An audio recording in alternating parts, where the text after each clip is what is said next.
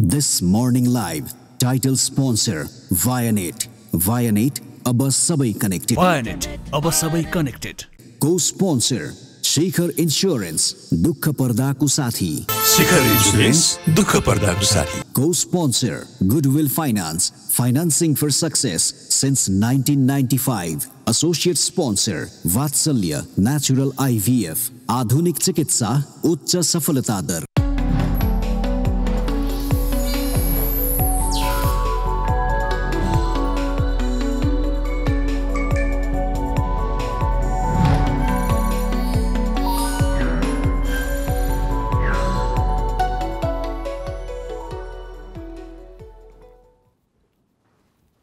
नमस्कार, सुप्रभात, यहाँलाई स्वागत छ Vianet प्रेजेन्स दिस मर्निङ लाइभमा.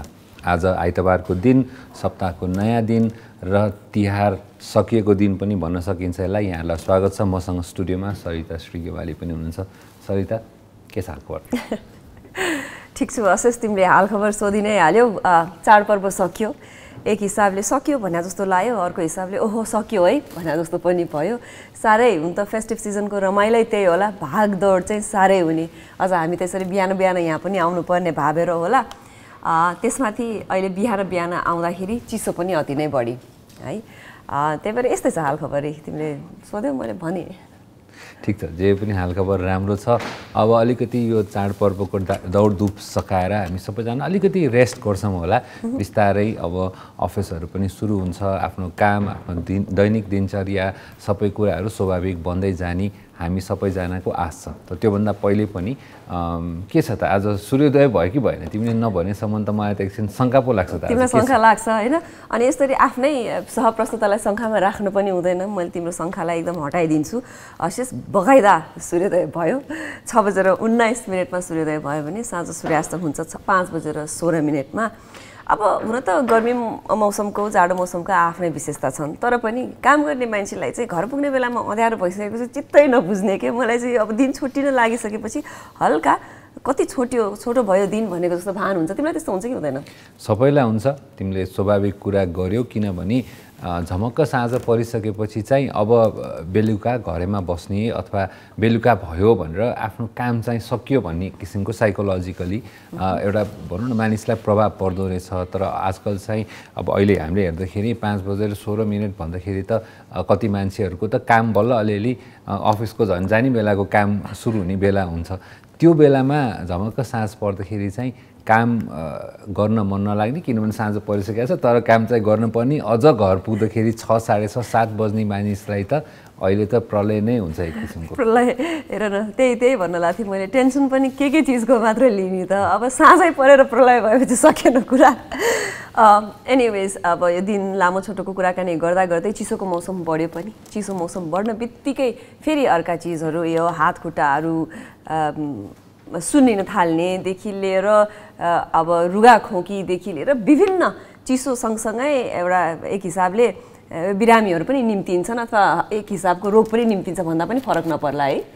होइन, यो त स्वाभाविक नै कुरा हो. पहिलेदेखि नै हामीले विशेष गरी काठमाडौँमा अथवा हाम्रो पनि अलिकति नेपाल भनौँ न पूर्णतया रूपमा हेर्ने हो भने हामी चिसो बढी नै भएको ठाउँ छ. पहाडी क्षेत्रफल भएको भएर उच्च पहाडी र तराईमा पनि दिउँसो गर्मी भए पनि बिहान साँझ चाहिँ चिसो नै हुन्छ, शीतलहर चल्छ. सो त्यही भएर यो बेलामा चाहिँ केटाकेटी र अलिकति उच्च उमेर समूह 55-60 वर्ष पुगिसकेका वृद्धहरूको लागि चाहिँ विभिन्न किसिमको समस्याहरू देखा पर्छ. त्यो चाहिँ अब छाती सम्बन्धी होस्, रुगाखोकी होस्, या जोड भनौँ न खुट्टा दुख्ने होस्, या हाड जोड्नेको कुरा होस्, यो सबै कुरा चाहिँ यो जाडोमा चाहिँ सबैजनालाई समस्या देखिन्छ र यसको विशेष सावधानी पनि सबैजनाले गर्नै पर्छ यसको लागि चाहिँ. एकदमै त्यही तिमीले भनिहाल्यो, वृद्धलाई त्यसमाथि छोटो दिन. अब घाम एकदमै प्यारो हुने दिन पनि आयो अशेष. तिमीले भनेको जस्तो अर्को एकदमै कमन हामी नेपालीलाई चाहिँ टन्सिल पनि, यो जाडो हुन बित्तिकै चिसो हुन बित्तिकै टन्सिल बढ्ने पनि छ. यस्तै गरेर अब अशेषले भनेको जस्तो यी चिजहरूमा अब बढी बिरामी भेटिन्छौँ, बालिका र वृद्धलाई अझ बढी गाह्रो हुन्छ यो जाडो मौसममा।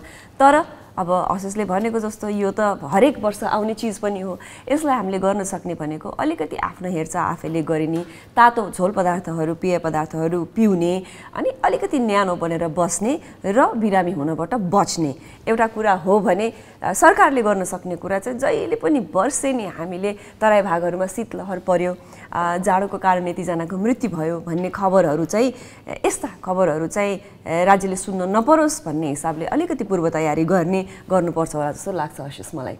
अब अलिकति कस्तो भने इन्फ्रास्ट्रक्चरकै हिसाबले पनि अब हामी जस्तो किसिमको घरहरूमा बस्छौँ त्यहाँ चाहिँ अब हिटिङको सुविधा, सेन्ट्रल हिटिङ हुँदैन पहिलेदेखि नै। हुन त यो त एकदम विकासशील राष्ट्रमा मात्रै हुने हो, त्यसलाई एक्सपेक्ट पनि गर्नु हुँदैन। तर तै पनि के भने आफू अहिलेको बेला चाहिँ दिउँसो गर्मी हुने, बिहान बेलुका चाहिँ एकदमै चिसो हुने, टेम्परेचर कम हुने भएको भएर चाहिँ तपाईँहरूले लाउने लुगा पनि आफूले एकदम विचार गर्नुपर्ने हुन्छ। विशेष गरी म वृद्धलाई नै भन्छु, किनभने उहाँहरूको पनि स्वभाव कस्तो हुन्छ भने अलिकति गर्मी हुने बित्तिकै लुगा भनौँ पातलो लुगा लगाइहाल्ने र अलिकति अल्छी गरेर न्यानो लुगा निकाल्न पनि अल्छी गर्ने पनि मैले धेरै मान्छे देखेँ। अलिकति जाडो बढोस् अनि हामी निकालौँला भनेर भएकै यताउताबाट काम चलाउँदाखेरि पनि अलिकति दुःख पाइने हुनसक्छ। त्यही भएर यो कोभिडले गर्दाखेरि हामीले निमोनिया, छातीमा चिसो लाग्ने, चाँडै नै मान्छेलाई ब्रोन्काइटिस हुने, छातीमा चाहिँ कफ जम्ने, यो सबै समस्याहरू त चाँडै नै हुनसक्छ भन्ने देखेको छौँ। त्यही भएर यहाँहरूलाई पनि विशेष अनुरोध के भने यसपालि चाहिँ यत्रो सबै कुरा 2 वर्षको हामीले जानिसकेका छौँ, कोभिडको कुरा सबै कुरा हेर्दाखेरि चाहिँ अलिकति आफ्नो शरीरको चाहिँ ध्यान गर्नु होला र पहिल्यैदेखि नै प्रिकसन्सहरू लिनु होला। न्यानो लुगा विशेष गरी पहिल्यैदेखि नै लगाउनु भयो पनि अलिकति भए पनि जिउलाई न्यानो हुन्छ। एकदमै सही कुरा गर्यो अशेष। मलाई त यसको बारेमा अझै अरू धेरै कुराहरू भन्न मन छन्। यस्तो चिसो छ भन्ने हुँदाहुँदै हाम्रा घरहरू ती तरिकाले किन नबनाइएका होलान्? हुन त काठमाडौँकै कुरा गर्ने हो भने पहिला माटोको घरहरू देखिन्थ्यो, अब अहिले समयअनुसार चेन्ज भएर आएर पनि होला। तर कतिपय घरहरूमा यी मार्बलहरू हुँदाखेरि जाडोको मौसममा बच्चाबच्चीलाई पनि वृद्धलाई पनि सबै उमेरकाले अलिकति कष्ट भोगेको देख्छु। किन यस्तो समयअनुसार अथवा वेदर अनुसार नगरिएको होला भन्ने प्रश्न चिन्ह पनि छ अशेष। त्यसको बारेमा पछि कुराकानी गरौँला। हामीले नेपालको कुरा गर्नुपर्दा जहिले पनि जडीबुटी, प्राकृतिक चिजहरूको वन्यजन्तुहरू यी सब कुरामा कति धनी छ है भनेर कुराकानी गर्छौँ।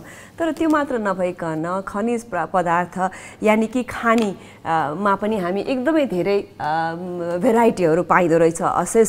हेर न, के अरे हामीहरूको देशमा विभिन्न भागमा 62 प्रकारका खनिज पदार्थहरू पाइँदो रहेछन्। हेर त कति इन्ट्रेस्टिङ फ्याक्ट। एकदम इन्ट्रेस्टिङ। र सरिता हामीले पहिल्यै पनि विभिन्न सञ्चार माध्यममा यी कुराहरू उठ्दै आएका हुन्। तामा, त्यसपछि अरू स्लेटहरू, सिसा, कति ठाउँमा त भनौँ न पेट्रोलै पनि निक्लेको छ, नेचुरल ग्यास, युरेनियमको कुराहरू सबैको यस्ता कुराहरू निक्लेको छन्। तर तैपनि यी सब कुरामा हामी अलिकति सायद विज्ञता नभएर होस् या यसको कुरामा चाहिँ कानुनको अभावले गर्दाखेरि अहिले चाहिँ यसको उत्खनन गर्न नसकिने अथवा हुँदाखेरि पनि अलिकति गलत रूपले उत्खननहरू भइरहेका यस्ता धेरै उदाहरणहरू चाहिँ आजकल फेरिन थालेको छ। र हाम्रो खानी तथा भूवर्ग विभागै छ, यसले विभिन्न अध्ययन अनुसन्धानहरू गर्दै गरेको हुन्छ। तर यसलाई चाहिँ अलिकति हाम्रो देशलाई फाइदा हुने गरेर स्थानीय निकायले पनि यसका स्रोत संसाधनहरूलाई चाहिँ प्रयोग गर्न मिल्ने गरेर र यसलाई चाहिँ अलिकति व्यावसायिक रूपमा लग्न पनि जान मिल्ने हिसाबले चाहिँ कानुन बनाउन सक्यो भने चाहिँ क्षेत्र अनुसारले जुन क्षेत्रमा यो पाएको थियो त्यसले चाहिँ यसको फाइदा लिन सक्थ्यो होला। अभियसली हामीले जति पनि देख्छौँ यो ढुङ्गा खानीहरू ती पनि कतिपयचोटि अलिकति अव्यवस्थित अथवा सरकारको राम्रो निगरानी नपुगेको हो कि भन्ने भान हामीलाई हुन्छ। कतिपय ठाउँमा हिमालहरू त्यो चिथारेको कोतारिएको जस्तो पनि देखिन्छ। तर यही चिज अलिकति कानुनी रूपमा याद गरिदिएर सरकारले पनि नियम बनाइदिने हो भने त यसका फाइदाहरू कति छन्। अशेष मलाई एकचोटि खुर्र भनिदिन मन लागेको, हेर न, नेपालमा चुनढुङ्गा, मार्बल, खरी, जिङ्क, फलाम, सुन, रत्न पत्थर, अभ्रक, सिसा, ग्राभेल, तामा, कोइलादेखि पेट्रोलियमसम्म र प्राकृतिक ग्यास पनि पाइन्छ भनेपछि यसबाट त हामीले अरबौँ रुपियाँको आम्दानी लिन पनि सकिन्छ। र मैले अघि जस्तो भने जस्तो सुनभन्दा पनि 4 गुणा महँगो पर्ने युरेनियमको पनि उत्खनन हाम्रो देशमा गर्न सकिन्छ भनेर भनिएको पनि छ। अघि तिमीले भन्यौ खानी तथा भूगर्भ विभागले गरेको अध्ययनअनुसार 62 प्रकारका खनिज पदार्थहरू पाइए पनि 25 जिल्लामा चाहिँ 13 प्रकारका खनिजको व्यावसायिक उत्खनन गर्न सकिने देखिएको छ, तर कानुन भने राम्रो बनेको छैन। र आशा गरौँ यी सब कुरामा स्थानीय निकायको प्रादेशिक सरकारको चासो जाओस् र उहाँहरूले पनि यस्तो बेलामा जब कि आफ्नो आफ्नो प्रदेशमा के गर्न सकिन्छ, नयाँ नयाँ कुराहरू कसरी गर्न सकिन्छ र विशेष गरी युवाहरूलाई आफ्नै प्रदेशमा आफ्नै क्षेत्रमा कसरी रोजगार दिन सकिन्छ भन्ने कुरामा सोच विचार गर्दै यी कुराहरूको पनि र यी अपर्च्युनिटिजहरूको पनि उहाँहरूले चाहिँ सोच विचार गर्नुहुन्छ भन्ने हामी आशा गरौँ। कार्यक्रमको सुरुवातमै हामीले चिसोको कुराकानी गऱ्यौँ। अब अहिले कोही मान्छे हाछ्यौँ गऱ्यौँ भने कसैले अब रुगा लागेको जस्तो भयो भने हामी तर्सिने अवस्था छ। अहिले हाम्रो मात्र होइन, विश्वभरि नै यही अवस्था छ। कोभिडको सङ्क्रमण घट्यो हाम्रो देशमा भन्दै गर्दा विश्वका अन्य भागहरूमा फेरि एकदमै बढेको सुन्दै गर्दाखेरि अलिकति त्रासित हुने अवस्थामा हामी पनि छौँ। अशेष एकचोटि कोभिडको अपडेट के रहेछ त हामी स्क्रिनमा राखेर हेर्ने हो कि? कोभिडको अपडेट हामीले स्क्रिनमा देखाउँदै यहाँहरूले पनि के फिल गर्नु भएको छ होला हालसालै भनी नेपालमा चाहिँ विशेष गरी कोभिडको सङ्ख्याहरू अहिले उल्लेखनीय रूपले कम भएको छ। अब यो कम हुनु विभिन्न कारणहरू होला। यसमा हामीले भ्याक्सिनेसन पनि अहिले रेगुलर रूपमा गरिरहेको छौँ र एक किसिमको ठुलो जनसङ्ख्यालाई चाहिँ अलरेडी यो भइसकेको भएर पनि एक किसिमको एउटा इम्युनिटी डेभलप भइसकेको भन्ने कुरा वैज्ञानिकहरूले गर्छन्। सङ्ख्या हेर्दाखेरि झन्डै अहिले टेस्ट चाहिँ घटेको छ सहिता, झन्डै 4000को हाराहारीमा मात्रै टेस्ट गरेकोमा चाहिँ 139 जनामा नयाँ सङ्क्रमण देखिएको छ भने मृत्यु हुनेको सङ्ख्या पनि हिजोको डेटा हेर्दाखेरि 1 जना मात्रै देखाइएको छ। र शनिबार लगातार दोस्रो दिन पनि हाम्रो 4% भन्दा कम सङ्क्रमण दर भएको छ। यो चाहिँ निकै नै राम्रो हो सङ्ख्याको रूपमा। तर यति भन्दै पनि संसारभरि तिमीले कुरा गर्दाखेरि चाहिँ यो एकदमै यो कुरा के देखिन्छ भने बाहिर अरू अन्य मुलुकहरूमा चाइनामा पनि रसियामा पनि र युरोपका अन्य मुलुकहरूमा पनि अहिले चाहिँ फेरि सङ्क्रमण बढेको भएर उहाँले यो अलिकति जाडोयामसँग पनि जोड्नु भएको छ। किनभने हिजो पनि मैले न्युज हेरिरहेको थिएँ, विन्टर सेट हुँदाखेरि चाहिँ अलिकति कोभिडको केसेसहरू बढ्यो भन्ने किसिमको उहाँहरूले रिपोर्टिङ गरिरहनु भएको छ र ठुलो चासो छ अहिलेको विशेष गरी युरोप र रसिया र चाइनामा चाहिँ अलिकति धेरै चासो बढेको छ यो नयाँ सङ्क्रमणले गर्दाखेरि चाहिँ। अशेष तिमीले ठ्याक्क कोरोनाको खोपको सङ्क्रमणको कुरा पनि गर्यौ। यो कुराकानी गर्दाखेरि अहिले सबैभन्दा पहिला कोरोनाको खोप बनाएको जर्मनी कम्पनीको फाइजरले अहिले चाहिँ खाने औषधि कोरोनाको बनाएको र यो एकदमै राम्रो रहेको पनि जनाएको छ। अशेष अब सजिलरी यो चाहिँ खोपको सट्टा मुखबाट प्रयोग गर्न पनि सकिन्छ र यसको चाहिँ अलमोस्ट 89% चाहिँ यसको रिजल्ट चाहिँ राम्रो आएको बताएको छ। हेर न, यो पनि यसले अब धेरै सहज बनाउने भयो भन्ने भान पनि भइरहेको छ र तिमीले भर्खरै अराउन्ड द वर्ल्डमा कोभिडको करेन्ट सिचुएसन बताइराख्दाखेरि यो एउटा पनि something to look forward to चाहिँ भएको छ। हो, फाइजर कम्पनी अमेरिकन कम्पनी सहित र जर्मन उहाँहरू यसको चाहिँ के भन्ने संस्थापक चाहिँ जर्मन हो तर कम्पनी चाहिँ अमेरिकन कम्पनी हो। अमेरिकामा ठुलो प्रभाव छ यो कम्पनीको र प्लाक्सोभिड भन्ने उहाँले औषधि निकाल्नु भएको छ। हुन त दुईटा औषधि अहिले अमेरिका नै अर्को कम्पनी मर्क्स भन्नेले पनि अर्को एउटा ट्याब्लेट निकालेको छ जुन चाहिँ यो कोभिडको लागि अत्यन्तै प्रभावकारी भनेर भर्खरै चाहिँ युनाइटेड किङडममा चाहिँ बेलायतमा यसको चाहिँ अब उसले प्रयोग यसको चाहिँ सुरु गर्ने अनुमति दिएको छ। फाइजरको पनि अहिले नयाँ पिल आछ भन्दाखेरि अब भ्याक्सिन पछि हामी बिस्तारै औषधिको अब चाहिँ नयाँ औषधि र विशेष गरी ठुलो कम्पनी फाइजर त पहिले पनि खोप पनि सबभन्दा पहिले निकाल्ने कम्पनीको रूपमा फाइजरलाई दिन सकिन्छ र फाइजरको चाहिँ औषधि पनि अब चाहिँ उहाँहरूले एकदमै राम्रो भन्नुभएको छ। फेरि युकेले नै यो सबै कुराहरूको नयाँ सुरुवात गरेको छ। अब उहाँहरू पिलमा जाँदै हुनुहुन्छ भ्याक्सिनबाट र आशा गरौँ यो औषधिहरू आइसकेपछि केही सहजता हुन्छ। झन्डै एकदमै हस्पिटलाइजेसन र मानिसको मृत्यु हुन सक्ने सम्भावना चाहिँ अत्यन्तै कम गर्ने भएको भएर यो औषधिहरू संसारभरि नै धेरै मान्छेले अब एउटा ठुलो राहतको रूपमा लिने आशा गर्न सकिन्छ। एकदमै आशिष र सुन्दाखेरि पनि रमाइलो कुरा पनि हो। अमेरिकामा पनि एफडीएले पनि अब थप अनुसन्धान यसको लागि अगाडि गर्न मिल्ने भन्ने खालको अनुमति दिएको छ र यो रमाइलो र खुसीको र समथिङ टु लुक फरवर्ड एउटा सानो न्युजको साथसाथै अहिले एउटा छोटो ब्रेकको समय भएको छ। ब्रेकपछि पुनः हामी यहाँसँग आउने नै छौँ। अहिलेलाई भने एउटा छोटो ब्रेक।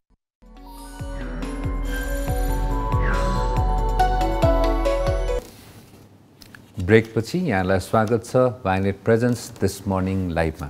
आज आइतबारको दिन हामीले यहाँहरूसँग रमाइलो कुराकानीहरू गर्दैछौँ। बिहानै बिहानै कुराकानी अलिकति कोभिड, हाम्रो स्वास्थ्य र त्यसै सम्बन्धी यो बढ्दो चिसो यसैको वरिपरि रह्यो। फेरि पनि सहिता हामीले चाहिँ कुरा आज चाहिँ यो कोभिड र स्वास्थ्य सम्बन्धी नै घुमिफिरिकन कुरा आयो, तर अलिकति रमाइलो कुरा छ। यस्तो छ, दिनदिनै आउने कार्यक्रममा हामीसँग जे चिजसँग सम्बन्धित भइरहेको हुन्छ, जेले हाम्रो दिनचर्या बनाइरहेको हुन्छ, हामीले फेरि कुराकानी गर्ने भनेकै यहाँहरूलाई दिनभरिको लागि प्रिपेयर गर्नको लागि र अझ आज अशेषले भनेको जस्तो साताको पहिलो दिन भावेर साताभरिको लागि प्रिपेयर गर्नको लागि हो। त्यही भएर यो हप्ताभरि इन्क्लुड हुने चिज त हामीले कुराकानी गर्नै पर्यो। अनि अशेष, तिमीलाई यसो सोच्दाखेरि कस्तो हुँदो रहेछ भने हामी जुन चिजमा गयो, डक्टर्सहरूसँगको ग्रुपमा बसियो भने डक्टरहरूले युज गर्ने वर्ड्सहरू धेरै युज गरिन्छ, त्यो जार्गन्सहरू। लयरसँग भयो भने त्यही हिसाबले, यस्तै गएर रेस्टुरेन्ट ओनर्सहरूसँग गयो भने त्यही हिसाबको हुन्छ। अनि यो तिमीलाई के लाग्छ, यसो हेर्दाखेरि विगत केही वर्षमा चाहिँ हामीले सबैभन्दा बढी युज गरेको वर्ड के हो जस्तो लाग्छ तिमीलाई? मलाई त पहिलो शब्द त म कोभिड नै भन्छु, तर त्यसपछिको तिमीले इङ्गित गर्न खोजेको सायद कुरा के हो भने भ्याक्सिन। यो भ्याक्सिन भन्ने कुरा चाहिँ कोभिड सँगसँगै भ्याक्सिनको पनि चासो बढ्यो र भ्याक्सिन भन्ने शब्द चाहिँ कति महत्त्वपूर्ण छ। पहिले हामीले कोभिडभन्दा पहिले भ्याक्सिन्सहरूलाई त्यति धेरै, खोपहरूलाई त्यति धेरै भनौँ न त्यसलाई हाम्रो आफ्नो दैनिक शब्दमा चाहिँ प्रयोग गरेको देखिँदैन थियो भने अहिले चाहिँ भ्याक्सिन कहिले आउँछ, भ्याक्सिन के हुँदैछ, भ्याक्सिनको के रहेछ भन्ने किसिमले कोभिडपछि त भ्याक्सिनै भन्छु। र तिमीले खास सोधाइको पछाडि के हो? होइन, कस्तो हुँदो रहेछ भने यो एज टाइम गोज बाई धेरैवटा शब्दहरू एडेड हुँदै जान्छन् शब्दकोशमा पनि। त्यस्तै गरेर अक्सफोर्ड डिक्सनरीले वर्ड अफ द इयर भनेर चाहिँ भ्याक्स भनेर निकालेछ, किनकि I have been vaxxed, he got vaxed, यस्तो वर्ड आएछ। सो बेसिकली भ्याक्सिनको सोर्ट फर्म भन्न पर्ला VAXX और भ्याक्स, VAXX अथवा VAX भनेर चाहिँ यसलाई चाहिँ वर्ड अफ द इयर भनेर आएछ हर्षेस। त्यही भएर यो इन्ट्रेस्टिङ लागेको कि कुरा। त्यही त, यो शब्द इन्ट्रेस्टिङ किन भयो भने सहित यो एज अ वर्ड पनि युज गर्न मिल्ने रहेछ। भ्याक्स भन्नाले एउटा भनौँ न एउटा नाउनको रूपमा पनि भ्याक्सिन अथवा भ्याक्सिनेसनको रूपमा पनि युज गर्न पायो। भ्याक्स भनेपछि कसैलाई भ्याक्सिन लगाउने भन्ने किसिमले ट्रिटमेन्टको हिसाबले पनि प्रयोग गर्न पाइयो। र भ्याक्सको चाहिँ अब एक्स एउटा युज गरेर प्रयोग गर्न पनि पाइयो, दुईटा युज गरेर पनि गर्न पाइयो, यसलाई भ्याक्स्ड भनेर युज गर्न पनि पाइयो। सो यो सबै कुराको एउटा यति धेरै प्रयोग भयो कि र शब्द चयनकर्ताहरू अथवा शब्दहरूको विशेषज्ञहरूलाई चाहिँ लेक्सिकोग्राफर्सहरू भनिन्छ। भोक्याबुलरी एकदम राम्रो भएको, डिक्सनरीको लागि शब्दहरू चयन गर्ने, शब्दहरू बनाउने शब्दको विशेषज्ञहरूले चाहिँ सबैजना बसेर चाहिँ यस वर्षको कुन चाहिँ हो त वर्ष शब्द भन्दाखेरि भ्याक्सलाई नै बनाएको छ। किन पनि नहोस्, अब हामीले पनि युज गर्छौँ होला, हेभ यु बिन भ्याक्स। र फेरि डबल भ्याक्स भन्दो रहेछ, दुईटा भ्याक्सिन लगाएको लागि। So at least we have been double vax. True. अनि सुन न आशिष, यो भ्याक्स शब्द सन् 1799 पहिलो पटक अक्सफोर्डमा लेखिएको रहेछ भनेपछि यतिका वर्षपछि अहिले आएर चाहिँ शब्दकोशमै एडेड पनि भयो। त्यस्तै गरेर महामारी भन्ने वर्ड भयो, क्वारेन्टाइन भयो, आइसोलेसन भयो। आई थिङ्क यो वर्षमा धेरै युज भएका शब्दहरूमा पर्नुपर्छ, होइन त? यो सबैभन्दा हामीले सुनेका शब्दहरू पनि हुन् यो। अनि हरेक वर्ष चुज हुँदाखेरि चाहिँ यो पालि चाहिँ भ्याक्स भन्ने वर्ड चाहिँ अक्सफोर्ड डिक्सनरीमा चुज गरेको, शब्दकोशमा चुज के भन्छ संलग्न गरिएको छ। संलग्न गरेको छ। र अब आएर अब हामी समाचारमा पनि विशेष जाने बेला भयो, तर जाँदा जाँदै अर्को एउटा कुरा चाहिँ समाचार यो चाहिँ अराउन्ड द वर्ल्डकै हामी भनिहाल्छौँ कि खाद्यान्नको विश्वव्यापी मूल्य 10 वर्षकै उच्च भन्ने समाचार आएको छ। यो पनि हाम्रो अलिकति चासो र कन्सर्नको विषय हुनुपर्छ सहित, किनभने हाम्रो दिनचर्याको हामीले कमाएको पैसाको ठुलो भाग चाहिँ खाद्यान्न पदार्थमा हामीले खर्च गर्ने गर्छौँ र अहिले विश्वव्यापी रूपमा नै खाद्य पदार्थको मूल्य चाहिँ 10 वर्ष यताकै सबभन्दा उच्च स्तरमा रहेको भन्ने विशेषज्ञ र आर्थिक विश्लेषण गर्नेहरूले भनेको छन्। यो विश्वको लागि चाहिँ राम्रो होइन, किनभने खाद्यान्नमा हामीले धेरै खर्च गर्छौँ, पैसा नै अहिले सबभन्दा धेरै भन्दाखेरि त यो कोभिडको प्रभाव चाहिँ यहाँ पनि देखिएको छ। एकदमै आशिष, र हामीले हरेक चिज जब संसारभरि केही कुराको प्रभाव पर्छ भने हामीलाई डिरेक्टली इन्डिरेक्टली त्यसले फरक पर्छ नै, हामीले नै पनि आफूले भोगेको कुरा पनि हो। अझ यस्तो कुराहरू त हामीलाई जब चाडपर्व आउँछ तब थाहा हुँदो रहेछ, किनकि एक्कासी ठुलो मात्रामा केही आफूले नकिनिरहेका चिजहरूको पनि उपभोग गर्नुपर्ने हुँदाखेरि मूल्य वृद्धि कतिको भइरहेको छ भनेर थाहा हुन्छ। र आशिष, हुन त मैले नै पनि फिल गरेकी थिएँ अहिले तेलको मूल्य एकदमै बढ्यो भनेर रिसेन्ट केही महिनाहरूदेखि धेरै कुराकानी हुन्छ ग्राहक वर्गमा। तर तथ्याङ्कले चाहिँ विश्वभरि नै खाद्यान्न र वनस्पति तेलको मूल्य बढेको चाहिँ देखाएको छ। अभियसली भोकमरीको कुराकानी गऱ्यौँ हामीले रिसेन्टली हाम्रो प्रोग्राममा, गरिबीको रेखामुनि यतिजना पर्दैछौँ भन्दै कुराकानी गर्दै गर्दा खाद्यान्नमै यतिको भाउ बढ्दाखेरि त मर्कामा पर्ने त लास्टमा हामी नै त हो। अब अराउन्ड द वर्ल्ड पछि ह्यापनिङ टुडेको कुरा गर्दाखेरि सहित हाम्रो आज चाहिँ WHO द्वारा छानिएको र नोभेम्बर 7 आज चाहिँ इन्फेन्ट प्रोटेक्सन डेको रूपमा हामी मनाउँछौँ र यसको पनि सम्झना गरौँ। हाम्रो देशमा पनि शिशु मृत्यु दर अहिले पनि उच्चमै छ र धेरैजना शिशुहरूले भनौँ न राम्रो औषधि उपचार नपाएर, जन्म भएपछिको जुन सुविधाहरू नपाएर, त्यसपछि कुपोषणको कारणले गर्दाखेरि मृत्यु हुने गर्छ। र यसैको लागि यही सब कुराहरू रोक्नको लागि र जन्म भएका शिशुहरूको लागि प्रोटेक्सनको लागि चाहिँ आजको दिन मनाइने गर्दो रहेछ WHO द्वारा। हामीले पनि यसमा अलिकति विशेष ध्यान पुर्याउँ। र फेरि पनि शिशुहरूको मृत्युदर भनेको जन्मिएको पहिलो महिनाभित्रमै एकदमै हाई इन्फेन्ट मोर्टालिटी रेट छ भने अर्को चाहिँ 5 वर्षभन्दा कमका शिशुहरूको पनि यो रेट एकदमै ठुलो छ। फेरि पनि आज इन्फेन्ट प्रोटेक्सन डे रहेछ, यो हामीले मेन्सन गर्न चाह्यौँ। र कुराकानी गर्दा गर्दै हामीहरूको अब ग्यालेक्सी न्युजमा जाने बेला पनि भएको छ आशिष। ग्यालेक्सी न्युजपछि फेरि हामी रमाइला छलफलका विषयहरू लिएर यहाँ सामु उपस्थित हुनेछौँ। अहिलेलाई भने ग्यालेक्सी न्युजमा क्रान्ति शिखा हुनुहुन्छ। We'll be right back after the news.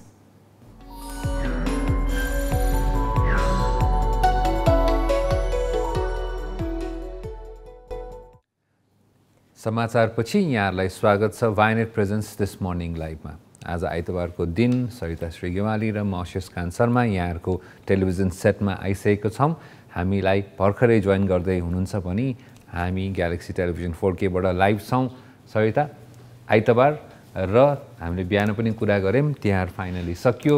अब आजको बिहानी चाहिँ अलिकति थकै बाँकी छ जस्तो लाग्छ तिमीलाई? मजाले थकाइ बाँकी छ, मजाले छुट्टी पाए त लिनु पनि हुन्थ्यो भन्ने पनि फिलिङ छ। र मलाई मात्र होइन, हामी सबैलाई भएको कुरा पनि होला। छुट्टीमा झन् बढी काम पनि हुन्छ। अब चाडपर्वको रमाइलो भनेको पनि फेरि त्यही नै हो, भागदौड यताउता सबै चिज भ्याउनु पर्ने। तर अगेन तिमीले भनेको अघि पनि भन्यौँ, साताको पहिलो दिन फेरि ब्याक टु रेगुलर स्केड्युलमा हामी आइपुगिसकेका छौँ। अब अगाडि कुरा गर्नुपर्दाखेरि हामीले कहिले कतिपयचोटि हाम्रै कार्यक्रममा कुरा गरिरहेका हुन्छौँ आशिष, विभिन्न पाटाहरूको। र अहिले जलवायु परिवर्तन पनि एउटा मुख्य चासोको विषय बनेको पनि छ।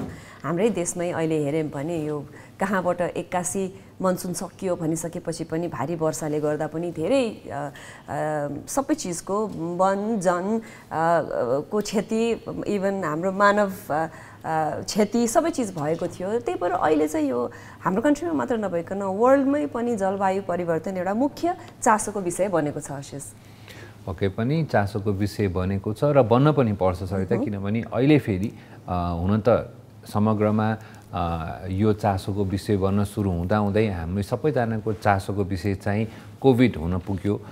2 वर्ष जति झन्डै हामी विश्वभरि सबैजना कोभिडले प्रभावित भयौँ भने त्यो चाहिँ अब भनौँ न इमिडिएटली भनौँ न म्यान मेड इमिडिएट प्रब्लम हो भने हाम्रो लङ टर्म प्रब्लम यो झन्डै 15-20 वर्षदेखि नै यो जलवायु परिवर्तन, त्यसपछि वातावरणको भनौँ न प्रदूषण, यो सबै कुराहरूले चाहिँ हाम्रो पृथ्वीले अप्ठ्यारो भोगिने रहेको थियो। अहिलेको प्रसङ्ग हामीले आज यो कुरा किन उठायौँ पनि भने अहिले विश्वभरिकै सबै मुख्य राष्ट्रहरू र त्यसमा भएका ठुला नेताहरू सबैजना स्कटल्यान्डको ग्लास्गोमा COP26 अथवा कन्फरेन्स अफ द पार्टिज भन्ने कन्फरेन्स यो पनि विशेष गरी जलवायु परिवर्तन र वातावरण सम्बन्धी कन्फरेन्सको लागि चाहिँ उहाँहरू ग्लास्गोमा हुनुहुन्छ। नेपालबाट पनि प्रधानमन्त्री शेरबहादुर देउबा सहित प्रतिनिधिमण्डलले आफ्नो त्यसमा सहभागिता जनाएको छ भने चाहिँ अहिले सबैजनाको चासो र विश्व सञ्चार माध्यमहरूले पनि यसलाई एकदम डिटेलमा फलो गरिरहेको यो सम्मेलन रहेको छ। एकदमै अशिष, फेरि पनि राम्रो कुरा के हो भने यसरी 190 राष्ट्रहरूका राष्ट्र प्रमुखले गएर एउटा सम्मेलन गरेर यो विषय उठान गर्नु भनेको आफैमा एउटा राम्रो कुरा पनि हो। यसले नै पनि हामीलाई यो हुन त आजको दिनसम्म आइसक्नु नै एउटा नराम्रो कुरा हो, पहिल्यैदेखि मेन्टेन गर्दै लानु पनि पर्थ्यो, तर अब चाहिँ हामीले भावी पुस्तालाई नै पृथ्वी हस्तान्तरण गर्न नपाइएला कि भन्ने खालको एउटा डर हामीमै पनि भएको छ। हेर आशिष, त्यही भएर यो चाहिँ एउटा राम्रो कुरा पनि हो, यसको सुरुवात पनि हो। अब कसरी हामीले जगेर्ना गर्ने, कसरी मेन्टेन गर्ने भन्ने कुरा पनि हो। तर यो कुरा गर्दै गर्दा आशिष मलाई अहिले लागेको चाहिँ नेचरको कहिलेकाहीँ आफ्नै वे अफ फिक्सिङ थिङ्स चाहिँ छ। हामीले जब खोला नालाको एरियाहरूलाई हामीले घर बनाउनतिर लाग्छौँ, बाढी आएर आफ्नो ठाउँ आफै बनाउँछ। त्यस्तै गरेर अहिले यो भएको महामारी हुनु त राम्रो कतैबाट भनेको पनि होइन, महामारीले पनि एउटा पृथ्वीलाई चाहिँ ब्रेक, कति कुराबाट ब्रेक जस्तो दिएको पनि थियो। ओजोन लेयर पनि अलिकति राम्रो लेभलमा आयो भन्ने कुराकानी भएको पनि थियो। यसले अवेरनेस चाहिँ पक्कै पनि बढाएको छ आशिष। अवेरनेस बढाएको छ र यही अवेरनेस बढाउने क्रममा यहाँलाई हामीले पनि यस विषयमा केही छलफल गरौँ र आजको हाम्रो टपिक अफ द डेमा चाहिँ यसको बारेमा र यसकै वरिपरि बसेर हामी कुराकानी गर्ने तमर्को गरेको छौँ। यसै सम्बन्धी एउटा सानो भिडियो रिपोर्ट छ, त्यो हेरौँ अनि हामी कुराकानी गर्नेछौँ। जलवायु परिवर्तन नियमित प्राकृतिक प्रक्रिया नै हो, तर औद्योगिकरण तथा खनिज इन्धनको व्यापक प्रयोग एवं वन विनाशको कारण हरितगृह ग्यासको अत्याधिक उत्सर्जनबाट जलवायु परिवर्तनमा तीव्रता आएको छ। पछिल्लो समय जलवायु परिवर्तनले विश्वमा ठूलो संकट पैदा गरिरहेको छ। जलवायु परिवर्तनको कारण कृषि तथा खाद्यान्न, जलस्रोत, वन जंगल तथा जैविक विविधता, स्वास्थ्य, पर्यटन तथा पूर्वाधारमा प्रतिकूल प्रभाव पर्दैछ। जलवायु परिवर्तनका कारण हाल दिन र रात दुवै पहिलेको भन्दा बढी तातो भइरहेका छन्। जाडोको समयमा पनि कम मात्र चिसो हुने र जाडोयामको समय पनि कम हुँदै गएको छ। पानी पर्ने समय र अवधिमा परिवर्तन भइरहेको छ। 100 मिलिमिटर वा सो भन्दा बढी परिमाणमा पानी पर्ने अर्थात् मुसलधारे वर्षा बढ्नु पनि जलवायु परिवर्तनको कारणले नै गर्दा भएको हो। जलवायु परिवर्तनबाट आइपरेका प्राकृतिक विपत्तिको कारण विश्वभर अत्याधिक मात्रामा जनधनको क्षति भइरहेको छ। जलवायु परिवर्तनबाट धनी तथा विकसित राष्ट्रहरूको तुलनामा गरिब तथा विकासोन्मुख राष्ट्रहरू बढी प्रभावित भएका छन्। विश्वको कुल हरितगृह ग्यास उत्सर्जनमा नगण्य भूमिका भए पनि नेपाल जलवायु परिवर्तनका प्रतिकूल असरहरूको जोखिम उच्च रहेका राष्ट्रहरू मध्ये एक हो। धरातलीय विविधता, कमजोर भौगोलिक बनावट, संवेदनशील पारिस्थितिकीय प्रणाली र जलवायु तथा सूक्ष्म जलवायु क्षेत्रहरूको विविधता यसका मुख्य कारणहरू हुन्। यसका अतिरिक्त गरिबी, अशिक्षा, सामाजिक असमानताका साथै समुदायको जीविकोपार्जन प्राकृतिक स्रोतमा बढी निर्भर रहेका कारणले पनि नेपाल जलवायु परिवर्तनका असरहरूप्रति अझ बढी संवेदनशील मानिएको छ। विगत केही दशक यता वायुमण्डलीय तापक्रममा भएको तीव्रतर वृद्धि र त्यसबाट सिर्जित अतिवृष्टि, अनावृष्टि, खडेरी जस्ता जलवायुजन्य प्रकोपहरूबाट नेपालका हिम श्रृङ्खला र हिम नदीहरू एवं तिनीहरूमा आश्रित प्रणालीहरूमा प्रतिकूल प्रभाव परिरहेको छ। सगरमाथा क्षेत्रमा रहेको हिमरेखा विगत करिब 9 दशकको दौरानमा 330 फिट उचाइ गलन भर्टिकल लस भएको अनुमान गरिएको छ। हिमगलनको कारण नयाँ हिमतालहरू बन्दै गएका छन्। जलवायु परिवर्तनको कारण सिर्जित समस्याहरू घट्नुको सट्टा बढ्दै गएका छन्।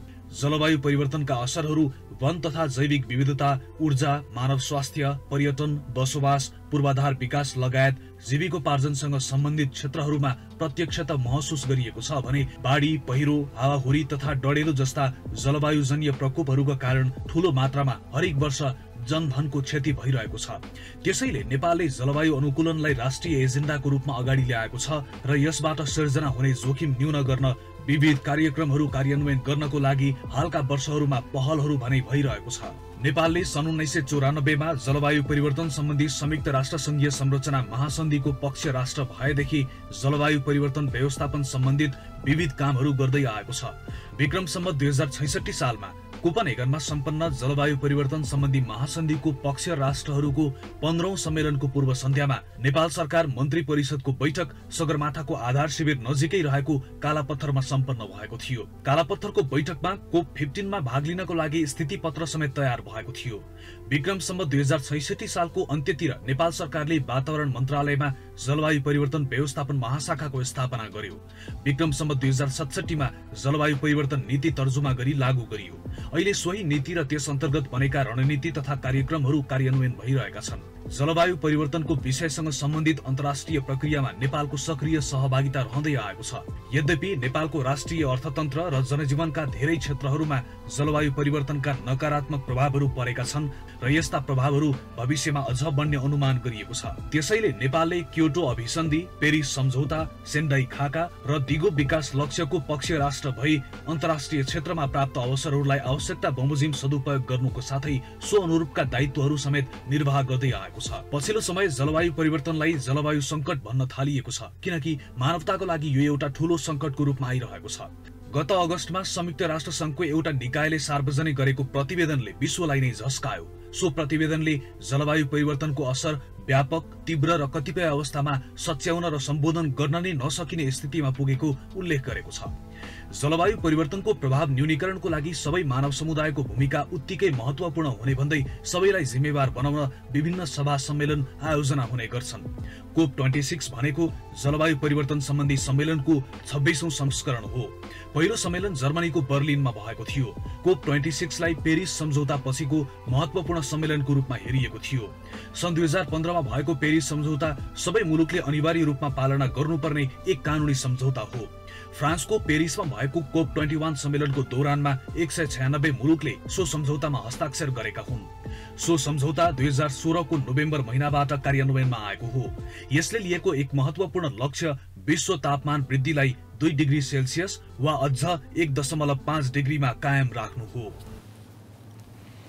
यो भिडियो रिपोर्ट हामीले हेर्यौं सहिता, र यो भिडियो रिपोर्टले अलिकति केही महत्त्वपूर्ण र अलिकति अप्ठ्यारा भनौँ न विषयहरूलाई उठान गरेको छ। अब हामी त हुन त सामान्य रूपमा एकजना मानिसलाई आफ्नो दिनचर्यासँग, आफ्नो जिन्दगीसँग, आफ्नो जीविकोपार्जनसँग महत्त्व राख्छ। तर यसो हेर्दाखेरि चाहिँ सानो सानो कुराहरू, पानी बढी पर्ने अथवा नपर्ने, चिसो बढी हुने, गर्मी अलिकति बढी हुने, गर्मी बढी हुँदाखेरि चाहिँ फेरि पनि हाम्रो आफ्नो बालीनालीमा फरक पर्ने, पहिरो आउने, त्यसपछि भनौँ न बाढी आउने, बाढीले खेतहरू बगाउने, त्यसले गर्दाखेरि फेरि हाम्रो जीविकोपार्जनलाई अप्ठ्यारो पार्ने, कुनै पनि देशको जीडीपीमा इफेक्ट गर्ने, हैन, बालीनाली कम भएपछि फेरि हामी अरूबाट परनिर्भर हुने, यो कुराहरू सबै कुराहरू जोड्दाखेरि चाहिँ मलाई एउटा के राम्रो लाग्यो यसको कुरा पनि, अब क्लाइमेट चेन्ज, हैन, हामी क्लाइमेट क्राइसिसमा गइसकेका छौँ भन्ने कुरा चाहिँ सबैजनाले बुझ्न जरुरी छ यो कुरामा चाहिँ। र झलक्क हेर्दा यसले मलाई डाइरेक्टली के फरक पर्ला र भनेर देखिए तापनि यसले जतिको हामीलाई डाइरेक्टली फरक पार्ने अरू केही पनि चिज नहुने भएको हुनाले नै यसलाई यसरी विश्वका 170 भन्दा बढी मुलुकका 40,000 भन्दा बढी त्योपाति शीर्ष स्थानमा बस्नुभएका मानिसहरूले चाहिँ यसलाई एउटा सम्मेलनमा गएर यी कुराहरूलाई उठान गर्नु भनेकै पक्कै पनि क्राइसिस भएरै र यो चिज चाहिँ एड्रेस हुनुपर्छ भन्ने हिसाबले नै हो। फेरि पनि अशिष, यो सम्मेलनमा धेरै कुराहरूमा धेरैजनाले प्रतिबद्धता जनाए। अब भनेको चाहिँ ती भनिएका कुराहरू चाहिँ इम्प्लिमेन्ट हुन्छन् कि हुँदैनन् भन्ने चाहिँ अर्को प्रश्न चाहिँ पक्कै पनि रहन्छ है। पक्कै पनि प्रश्न, र हामीले यसको बारेमा कुरा गरिरहनु पर्यो र यसलाई आफ्नो भनौँ न सरकार, आफ्नो भनौँ न आफ्नो गभर्मेन्टको बारेमा र आफ्ना जनप्रतिनिधिले पनि यसको प्रतिको प्रतिबद्धता उहाँहरूले मेन्टेन गर्नु भएको छ कि छैन भन्ने हेर्ने त जिम्मेवारी हाम्रो आफैको नै हो। र यो कुरा अहिले हेर्दाखेरि स्कटल्यान्डमा भएको एउटा सम्मेलन जस्तो देखिन्छ होला, तर दायित्व भनेको हाम्रो टोलदेखि नै सुरु हुन्छ। शेष टोलमा फोहोर बालेको, प्लास्टिक बालेको कुरादेखि लिएर यी सबै चिजहरू, पड्काएका कुरादेखि लिएर यी सबै चिजहरू एड्स अप, र यसमा चाहिँ हाम्रो रोल चाहिँ एकदम मुख्य हुन्छ जस्तो लाग्छ मलाई।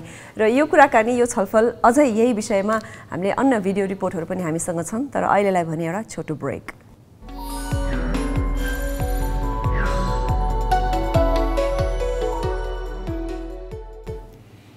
ब्रेकपछि फेरि पनि यहाँलाई स्वागत छ वायनेट प्रेजेन्स दिस मर्निङ लाइभमा। र आजको हाम्रो विषय र महत्त्वपूर्ण विषय चाहिँ COP26 अथवा कन्फरेन्स अफ द पार्टिज 26 जुन चाहिँ स्कटल्यान्डको ग्लास्गोमा भइरहेको छ र विश्वकै सबै नेताहरू जस्तो धेरै जस्तो सबै राष्ट्रका 190 भन्दा बढी मुलुकका नेताहरू चाहिँ जलवायु परिवर्तन र क्लाइमेट चेन्ज, क्लाइमेट क्राइसिस र इन्भाइरोमेन्ट क्राइसिसको बारेमा छलफल गर्न एक ठाउँमा जम्मा हुनु भएको छ र सरिता र मैले पनि अघि छलफल गरिहाल्यौँ। यो छलफल भने मतलब केही न केही समस्या नभइकन यत्रो सबैजना एक ठाउँमा जम्मा भएर छलफल त गरिँदैन पक्कै पनि। यो एउटा किसिमले आफैमा सुरुवात राम्रो हो, तर सरिताले पनि भन्दै थियो कि यो इम्प्लिमेन्ट कतिको हुन्छ त कुरा त पहिले पनि भइरहेको हो। अब पेरिस एग्रिमेन्टको हामीले कुरा गऱ्यौँ, क्योटो प्रोटोकलको कुरा गर्दै थियौँ, त्यसमध्येमा पनि फेरि पनि अर्को कन्सर्न एउटा के छ भने सरिता, हुन त तिमीले पनि कमेन्ट गर्छौ, यही कन्फरेन्समा पनि चाइना, रसिया, ब्राजिल यी जुन ठुला राष्ट्रहरू जसले चाहिँ यसमा ठुलो स्टेक होल्डर छ उहाँहरूको पार्टिसिपेसन चाहिँ फेरि छैन। पार्टिसिपेसन नभएको भन्दा पनि उहाँहरूले हो यस्तो गर्नुपर्छ भन्ने कुरामा अग्रिमेन्ट गरे तापनि हो भनेर स्वरमा स्वर मिलाए तापनि तिमीले भनेकै जस्तै चाइना, अमेरिका, अस्ट्रेलिया जसले चाहिँ कोल सबैभन्दा धेरै युज गर्नुहुन्छ उहाँहरूले चाहिँ अब कोल माइनिङ नगर्ने भन्ने कुरामा प्रतिबद्धता जनाइएको छ भनेर खबर आउँछन्, तर यी कन्ट्रिजहरूको सिग्नेचर भनी देखिएको छैन रे अशेष एउटा कुरा। तर नेपालकै हकमा कुरा गर्नुपर्दा चाहिँ अब 9 वर्षको हाराहारीसम्ममा चाहिँ नेपालले आफ्नो वन जङ्गललाई 45% सम्म पुर्याउने भनेर भनेको रहेछ, जुन चाहिँ सुन्दाखेरि पनि रमाइलो। फेरि मैले अस्ति पनि कार्यक्रममा भनेकी थिएँ हामी त हरियो वन नेपालको धन भनेर सुन्दै आएका पनि हौँ। यी प्रतिबद्धताहरू अनि त्यसपछि ठुला कम्पनीहरूले पनि अबदेखि यस्तो वन जङ्गल फडानी हुने चिज भयो अथवा कोल माइनिङका कुराहरू भयो भने चाहिँ ती कुरामा हामीले चाहिँ लगानी गर्ने छैनौँ भन्ने खालका प्रतिबद्धता पनि गरेको चाहिँ खबर आएको छ आशिष। अब यसमा हामीले हामी भिडियो रिपोर्ट त देखाउँछौँ यहाँहरूलाई, यो कुरा पनि गर्छौँ, तर तैपनि सरिता कस्तो हुँदो रहेछ भने यो हाम्रो यस्ता टकिङ पोइन्ट्सहरू चाहिँ अलिक ओभरयुज पनि भएका छन्। फेरि यो 45% हाम्रो वन जङ्गल भन्ने कुरा पनि हामी आफैमा पनि यसलाई सहज रूपमा लिएको पाइन्छ र यो खालि ओभरयुज एउटा टर्मिनोलोजी भएको छ। उयो हामी जलस्रोतमा धनी राष्ट्र भने जस्तै कुरा हो। 45% फरेस्ट कभर भन्दै पनि कस्ता किसिमका वन जङ्गलहरू छन्, कस्ता कुरालाई चाहिँ कस्ताहरू फडानी भइरहेछन्, कस्ताहरू मेन्टेन भइरहेछन्, त्यसमाथि पनि नेचुरल ग्रोथ के हो, हामीलाई चाहिने रुख के हो, हामीले यो वन जङ्गलबाट हामीले कसरी फाइदा लिन पर्छ र जुन पूर्वाधार विकास भइरहेछ त्यसले चाहिँ प्रत्यक्ष रूपमा कहाँ कसरी फरक पारिरहेछ भन्ने कुरामा अझै पनि अनुसन्धान र अध्ययन चाहिँ हामी नगरिकन खालि 45% फरेस्ट कभर भन्दा यो चाहिँ अलिकति फेरि पनि प्यारेटिङ चाहिँ धेरै भइरहेको फिल हुन्छ मलाई। एकदमै आशिष, तिमीले एकदमै राम्रो कुरा भन्यौ, मनलाई छुने कुरा भन्यौ। यो चाहिँ कस्तो भने विश्व सम्मेलनमा गइयो कसले चाहिँ सबैभन्दा राम्रो कुरा भन्छ त भन्ने भनाएको कुराको होडबाजी जस्तो पनि लाग्छ मलाई। एकदम सही कुरा पनि गर्यो। अब यही कुरा अब मैले जोड्न पनि चाहेँ, हामीले वन्यजन्तुकै कुरामा पनि एक्सटिङ्क्ट भएका लोप हुन लागेका वन्यजन्तुहरूलाई टेक केयर गर्ने भन्यौँ, बाघको नम्बर बनाउने भन्यौँ, तर यी गर्दा गर्दै हामी नम्बरको पछाडि धेरै दौडिएर भएका वन्यजन्तुको टेक केयर राम्ररी भइरहेको छैन कि भन्ने क्वेसन्स जस्तै नै हो यो।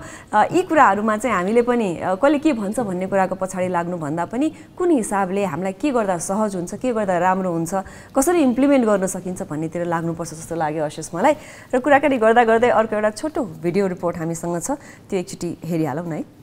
जलवायु परिवर्तन नियन्त्रणका लागि यस COP26 सम्मेलनलाई निकै महत्त्वपूर्ण मानिएको छ। 31 अक्टोबरदेखि सुरु भएको सम्मेलन 12 नोभेम्बर शुक्रबार सकिने भए पनि नेपालले यसअघि नै औपचारिक सहभागिता जनाइसकेको छ। भर्खरै गोर्खाका निमा लामा सहितको टोलीले पनि मनसुनका अवधिमा नेपालले भोगेको क्षतिको विवरण सुनाएका थिए। त्यसअघि नेपाली टोलीको नेतृत्व गरेर ग्लास्गो पुगेका प्रधानमन्त्री शेरबहादुर देउवाले सम्मेलनलाई सम्बोधन गर्दै जलवायु परिवर्तनका कारण नेपालको हिमाली क्षेत्र दिन प्रतिदिन प्रभावित हुँदै गएकाले यसको संवेदनशीलता प्रति विश्व समुदाय चिन्तित हुनुपर्ने बताए।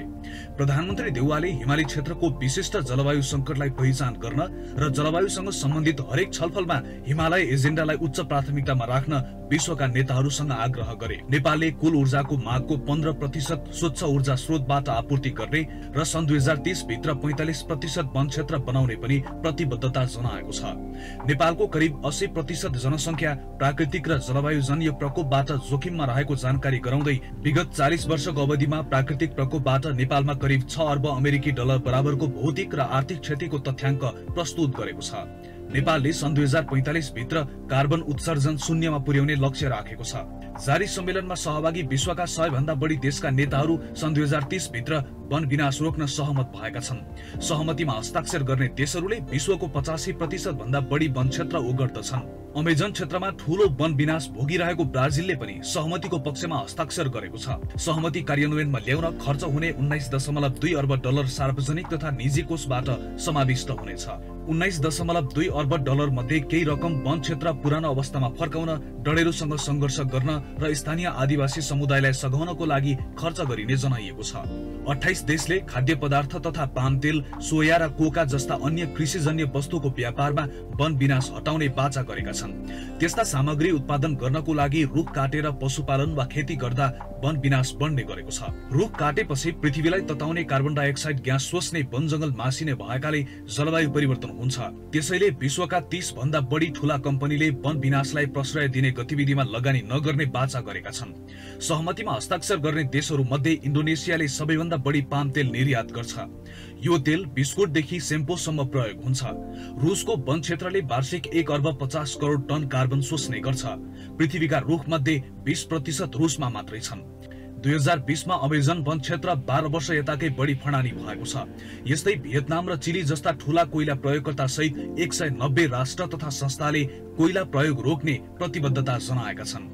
प्रतिबद्धतामा कोइलाका प्रमुख प्रयोगकर्ता अस्ट्रेलिया, भारत, चीन र अमेरिकाले हस्ताक्षर गरेनन्। जलवायु परिवर्तनका लागि कोइला प्रमुख कारक तत्व भएकोले सहमतिमा हस्ताक्षर गरेका राष्ट्रहरूले अन्तर्राष्ट्रिय र राष्ट्रिय बजारमा कोइला प्रयोग हुने ऊर्जाको उत्पादनमा हुने सबै किसिमका लगानी अन्त्य गर्ने प्रतिबद्धता व्यक्त गरेका छन्। उनीहरू सन् 2030 को दशकमा धनी राष्ट्रमा र सन् 2040 को दशकमा गरीब राष्ट्रमा कोइला ऊर्जालाई विस्थापन गर्न सहमत पनि भएका छन्। पोल्यान्ड, भियतनाम र चिली सहित 18 राष्ट्रले पहिलो पटक कोइला विस्थापित गर्ने र त्यसमा थप लगानी नगर्ने प्रतिबद्धता जनाएका हुन्। यद्यपि कोइलाको प्रयोग नबढाउने प्रतिबद्धता व्यक्त नगरेका कतिपय मुलुक र प्रमुख कोइला प्रयोगकर्ताका कारण यसलाई खासै ठूलो प्रगति मान्न नसकिने कतिपय विज्ञहरूको भनाइ छ। पछिल्ला वर्षहरूमा कोइलाको प्रयोग कम गर्ने विषयमा प्रगति भए पनि सन् 2019 सम्म 37% विद्युत उत्पादन कोइलाबाटै हुने गरेको तथ्याङ्क छ। त्यसअघि COP26 सम्मेलनले देशहरूलाई कार्बन उत्सर्जनलाई नेट जिरो बनाउने अर्थात् जति उत्सर्जन गर्यो उति नै परिमाणमा नवीकरणीय ऊर्जाहरूको प्रयोग गरेर सम्भावित उत्सर्जन जोगाउने अवस्थामा पुर्याउने लक्ष्य सन् 2050 सम्ममा हासिल गर्न सिफारिस गरेको थियो। नेट जिरो अर्थात् कार्बन न्यूट्रल बन्ने भन्नुको अर्थ वायुमण्डलमा हरितगृह ग्यासको मात्रा नथप्नु भन्ने हो। भारतले सन् 2070 सम्ममा कार्बन उत्सर्जनलाई नेट जिरो बनाउने बाचा गरेको छ। भारतको ठूलो जनसंख्याको कारण प्रति व्यक्ति उत्सर्जन अन्य ठूला अर्थतन्त्र भएका देशको तुलनामा निकै कम हुन्छ। सन् 2019 मा भारतले प्रति व्यक्ति 1.9 टन कार्बन डाइअक्साइड उत्सर्जन गरेको थियो। त्यही वर्ष अमेरिकाले प्रति व्यक्ति 15.5 टन र रुसले 12.5 टन कार्बन उत्सर्जन गरेको थियो। तर अमेरिका र युरोपेली संघले नेट जिरोको अवस्थामा सन् 2050 भित्रै पुग्ने लक्ष्य राखेका छन्। चीनले भने सन् 2060 सम्ममा कार्बन न्यूट्रल बनाउन आफ्ना योजनाहरू घोषणा गरेको छ। 132 देशहरूले सन् 2050 अघि नै नेट जिरो हासिल गर्ने बताइरहेका छन्। नेपालले सन् 2045 सम्ममा नेट जिरो लक्ष्य हासिल गर्ने प्रतिबद्धता व्यक्त गरेको छ। ग्लोबल कार्बन इमिसन एटलसले सन् 2019 मा जारी गरेको प्रतिवेदन अनुसार नेपाल कार्बन उत्सर्जन गर्ने मुलुकको 95औं स्थानमा छ। बढ्दो जलवायु परिवर्तनलाई सम्बोधन गर्न महत्वपूर्ण मानिएको यो सम्मेलन आगामी शुक्रबार सकिनेछ। अब यो आगामी शुक्रबार सकिने सम्मेलन जुन चाहिँ 31 अक्टोबरदेखि सुरु भएको थियो, यसमा विभिन्न छलफलहरू भए र अहिले भिडियो रिपोर्टमा पनि हामीले हेर्यौं। मुख्य कुरा भनेको चाहिँ कोलको प्रयोग र कोलबाट जुन हामीले कार्बन एमिसनहरू हुन्छ त्यसलाई कन्ट्रोल गर्ने र अर्को कुरा डिफरेस्टेसन जुन चाहिँ हरेक राष्ट्रहरूमा रुख काटिने क्रम बढ्दो रूपमा छ, यसलाई कम गर्ने कुरा र इभेन्चुअली आएर नेट जिरो अथवा तपाईहरुले भनौं न हरेक राष्ट्रहरूको जनसंख्यामा आधारित चाहिँ पर पर्सन कार्बन एमिसनलाई चाहिँ कम गरेर न्युट्रल बनाउने, आफूले हामीले जति कार्बन चाहिँ एमिट गर्छौँ त्यति कार्बन चाहिँ फेरि त्यसलाई अरू वैकल्पिक उपायहरू युज गरेर अथवा त्यसलाई कम गरेर चाहिँ जति उत्सर्जन गर्छौँ त्यही अनुसारको खपत पनि आफूले त्यति नै गर्ने जुन यो कुरा उठाएको छ, प्रतिबद्धता उठाएको छ, यो राम्रो कुरा हो सहित। तर एभ्रिथिङ फेरि पेपर र प्र्याक्टिसको कुराहरू आउँछ र यसमा 2-3वटा ठुलो समस्याहरू देखिया छन् जुन चाहिँ अलिकति क्लाइमेट एक्टिभिस्टहरू, अनुसन्धानकर्ताहरू, वैज्ञानिकहरूले चाहिँ के भनेका छन् भने यत्रो ठुलो मुभमेन्टको लागि पहिले कुरा त पैसा चाहिन्छ हैन। सो त्यो क्लाइमेट फन्डको कुरा छ, यसमा चाहिँ कति कमिटमेन्ट गर्ने, प्राइभेट सेक्टरको सर्टन कमिटमेन्ट आएको छ, राष्ट्रहरूले पनि यसमा पैसा खर्च त गर्न पर्यो किनभने यो सबै कुरा गर्नलाई पैसा लाग्छ पहिलो कुरा। र दोस्रो कुरा, जो ठुला राष्ट्रहरू छन् जसको चाहिँ धेरै जनसङ्ख्या छ उहाँहरूको प्रतिबद्धता अरूभन्दा अलिक बढी हुनुपर्छ भन्ने कुरा पनि छ, जुनमा चाहिँ अलिकति अहिले मैले कुरा यसमा थप्न पनि के चाहेँ भने जस्तो चाइना र अमेरिकाकै अहिले कुरा गर्दाखेरि उहाँहरूको आफ्नो झैझगडाले गर्दाखेरि चाहिँ यो फेरि वातावरण अथवा जलवायु परिवर्तनलाई चाहिँ फरक परेको छ भन्ने पनि विभिन्न भनौँ न क्लाइमेट एक्टिभिस्टहरूको चाहिँ कन्सर्नमा परेको छ। ओके, फेरि पनि आशिष यो सम्मेलनको एउटा राम्रो कुरा यसबाट निस्कियोस्, जुन देशहरूले प्रतिबद्धता जनाउनु भएको छ त्यो हिसाबले उहाँहरू अहिले बोल्नको लागि मात्र नभइकन त्यो हिसाबले आगामी दिनमा अगाडि बढ्न सकियोस्, यो त हामीले पनि देखिने कुरा पनि हो।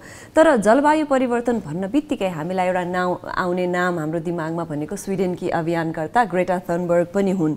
उनले भने यो सम्मेलन चाहिँ विफल भएको भनेर अलिकति आफ्नो असन्तुष्ट प्रकट गरेकी छिन्। तिमीले भर्खरै भन्यौ यी बुदाहरू पनि हुन सक्छन्, तर पनि यसलाई पर्सनल राइभलरी, देश बीचको द्वेष, यी सबै कुराहरूलाई बिर्सेर अहिले हामीले भन्यौँ नि हामी एउटा क्लाइमेट क्राइसिसमा आइपुगेका छौँ र यसले संसारको जुनसुकै कुनामा बसेका जुनसुकै प्राणीलाई पनि यसले असर गर्ने हुँदाखेरि यसलाई प्रायोरिटाइज गरेर अहिले गरिएका प्रतिबद्धतामा अगाडि राम्ररी बढ्नुपर्ने बाहेक अरू केही विकल्प देखिँदैन। आशिष, विकल्प देखिँदैन सहिता, तर फेरि पनि हामी यसमा चाहिँ के जोड्न चाह्यौँ भने हामीले अल्टिमेटली हामी भनौँ न एज एन इन्डिभिजुअल हामी एकजना मान्छेले के गर्न सक्छौँ भन्ने कुराको प्रश्न यो गलत प्रश्न हो।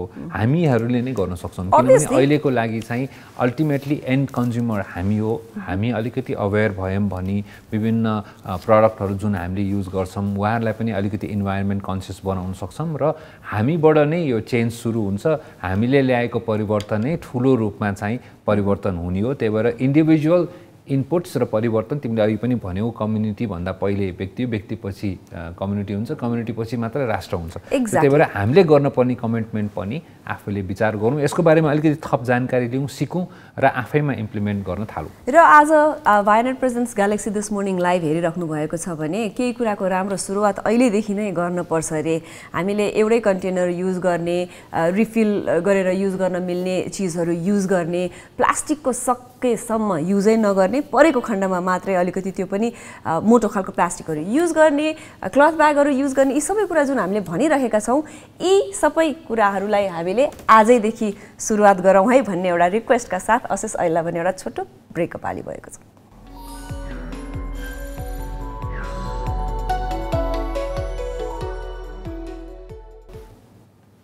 ब्रेकपछि यहाँलाई स्वागत छ वायनेट प्रेजेन्ट्स दिस मर्निङ लाइभमा। र हामीले अन्य आजको यो COP26 को कुरा गरे अनुसार, जलवायु परिवर्तनको कुरा गरे अनुसार नै फेरि पनि हामी रिक्वेस्ट गर्न चाह्यौँ कि अलिकति बढी अवेर हौँ, किनभने मलाई थाहा छैन भनेर नगर्नु भन्दा पनि अब तपाईँको अलिक धेरै ढिलो हुन लागिसकेको छ। मलाई थाहा छैन भन्दा पनि थाहा पाएर जलवायु परिवर्तन र वातावरणको लागि चाहिँ अलिकति चासो राख्नुपर्ने अवस्था आइसकेको छ। यति भन्दै सरिता, हाम्रो हप्ताको आज आइतबार चाहिँ हामीले इन्ट्रेस्टिङ कुरा गर्ने गर्छौँ। यसमा चाहिँ धेरैजनाको चासो हुने गर्छ जस्तो मलाई लाग्छ। त्यो चाहिँ के होला त? मलाई पनि आज अलिकति चासो छ यो कुरामा। हैन, कस्तो हुँदो रहेछ भने आशिष, हुन त केही चिजले पनि हामी जीविकोपार्जन गर्न र जिन्दगी नै बिताउन पुग्ने त होइन, तर जहिले पनि र्याफल, गिभअवे, चिट्ठा यस्तो केहीमा अलिकति आफू विजेता हुन पाउँदाखेरि चाहिँ यसले लिएर आउने हर्ष उल्लासको कुरै नगरौँ। हामीले पनि हाम्रा भ्युवर्सहरूको लागि हामीलाई इन्स्टाग्राममा फलो गर्नुहुने, हाम्रो सोसियल मिडियामा हामीलाई फलो गर्ने हाम्रो फलोवर्स भनौँ न को लागि चाहिँ हप्ताको एक दिन गिभअवे कार्यक्रम लिएर आउँछौँ। रमाइला चिजहरू चाहिँ उहाँहरूले पाउनुहुन्छ। यस्तै क्रममा आज पनि 3 जना विजेताहरू आएका धेरै नामहरू मध्येबाट हामीले 3 जना विजेता चुज गर्छौँ। त्यो प्रोसेस छ, यहाँहरूले गर्नुपर्ने चाहिँ खासमा फलो गर्नुपर्ने, ट्याग गर्नुपर्ने, साथीहरूसँग सेयर गर्नुपर्ने त्यति नै हो इन्स्टाग्राममा। त्यो गर्नासाथ आज हामीले अहिले भन्ने पनि छौँ राम्रा चिजहरू यहाँहरूले उपहार स्वरूप पाउनुहुनेछ। बरु आजको विजेता घोषित गर्ने पो हो कि घोषित गरौँ। र फेरि पनि तपाईँले यसो घर बसिरहनु भएको छ, हातमा पनि फोन छ, इन्स्टाग्राम पनि हेरिरहनु भएको छ भने हामीलाई यसो सर्च गर्नुहोस् या फलो गर्नु भएको छैन भने ग्यालेक्सी दिस मर्निङ भनेर तपाईँले सर्च गर्नुभयो भने ठ्याक्क हाम्रो इन्स्टाग्राम ह्यान्डल आइहाल्छ। हामीलाई फलो गर्नु भएको छैन भने एकचोटि फलो पनि गर्नुहोला अहिले टेलिभिजन हेर्दै। यति भन्दै हामीले गिभअवेको विनरलाई अनाउन्स गरौँ। फर्स्ट ड्र हाम्रो यसको उपहार चाहिँ चकलेट्स, कसलाई नमन पर्ला र टिटो फ्रुटो चकलेट्स, नेपाली चकलेट, नेपाली उद्यमी दिदीबहिनीद्वारा बनाएको चकलेट फर्स्ट ड्र छ। फर्स्ट ड्रमा चकलेटको ह्याम्पर, एउटा मात्र चकलेट होइन, धेरै चकलेट छ। द फर्स्ट ड्र हामी एकचोटि हेरौँ कसले जित्नुहुन्छ त।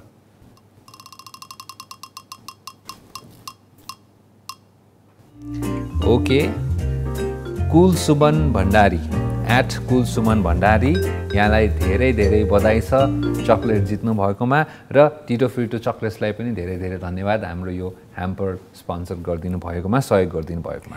यदि कुलसुमन भण्डारीजीले हेरिराख्नु भएको छ भने त यहाँलाई बधाई छ। हेर्नु भएको छैन, उहाँका साथीहरूले हेर्नु भएको छ भने पनि के अरे तिमी विजेता भयो है या तपाईँ विजेता हुनुभयो है भनेर भनिदिनु होला र हाम्रो टिमले यहाँलाई सम्पर्क त गरि नै हाल्नेछ। त्यस्तै गरेर आजका दोस्रो विजेता को हुनुहुँदो रहेछ एकचोटि हेरिहालौँ न।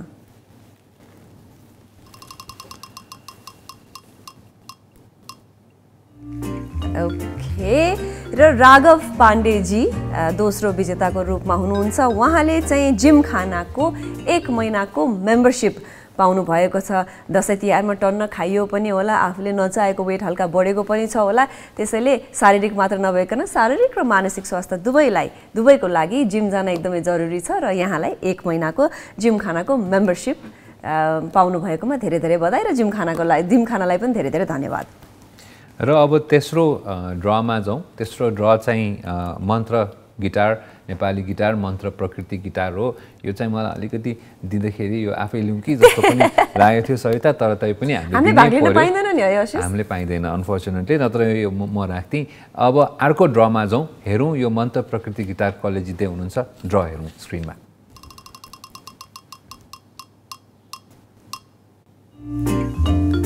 ओके, सीमाङ्कन पोखरेलले जित्नु भएको छ मन्त्र प्रकृति गिटार। हामीलाई इन्स्टाग्राममा फलो गरेर हाम्रो गिभअवे कन्टेस्टमा पार्टिसिपेट गरिदिनु भएकोमा यहाँहरूलाई सबैजनालाई धन्यवाद। र अब जितेपछि चाहिँ यहाँहरूको काम अन्य साथीभाइ, आफ्नो रिलेटिभ्सहरूलाई पनि यो पार्टिसिपेट गर्न लगाउनु होला र फेरि पनि हाम्रो ह्यान्डललाई फलो गरिदिनु भएकोमा सबैजनालाई धन्यवाद। आफ्नो पुरस्कारको लागि तपाईलाई हाम्रो ह्यान्डलबाट हाम्रो टिमले तपाईहरुलाई कन्ट्याक्ट गर्नेछ। र हाम्रो काम चाहिँ अहिलेका हाम्रा पुरस्कार विजेताहरूले कोलाई भन्नुभएछ, कोलाई इन्फर्म गर्नुभएछ र कति साथीहरूलाई फलो गर्न लगाउनु भएछ भनेर चेक गर्ने चाहिँ हाम्रो काम है। त्यही भएर पुरस्कार पाइसकेपछि मात्र काम चाहिँ सकिँदैन, काम बल्ल सुरु हुन्छ। आशिष, अब यो रमाइलो सेगमेन्ट र यो पुरस्कारहरू पछि हामी आफ्नो रेगुलर सेगमेन्टमा जाउँ। टुडे इन हिस्ट्री, इतिहासको कुरा गर्दाखेरि हामी सबैजना रमाउँछौँ पनि। सबै प्रेजेन्टर्सहरूको मेरो विचारमा फेभरेट सेगमेन्ट हो टुडे इन हिस्ट्री। र आज हाम्रो नेपाली इतिहासको लागि महत्त्वपूर्ण दिन मानिनेछ। यो छ पनि, यो के छ त सरिता भन त? मलाई पढ्दाखेरि पनि रमाइलो लाग्यो यो दिन सम्झेर। एकदमै, जब पनि हामीले हिस्ट्रीको बारेमा कुराकानी गर्न पाउँछौँ र आफ्नो नेपाली हिस्ट्री त्योसँग जोड्न पाउँछौँ, हामीलाई एकदमै रमाइलो पनि लाग्छ, किनकि हामीले पढेको, सुनेको, बुझेका कुराहरूको बारेमा हामीले कुरा गर्छौँ। 2007 सालको बारेमा हामी नपढेका नेपालीहरू त बिरलै नै होला। यस्तै गरेर आज कार्तिक 21 गतेको दिन 2007 सालमा त्यहाँ भइरहेको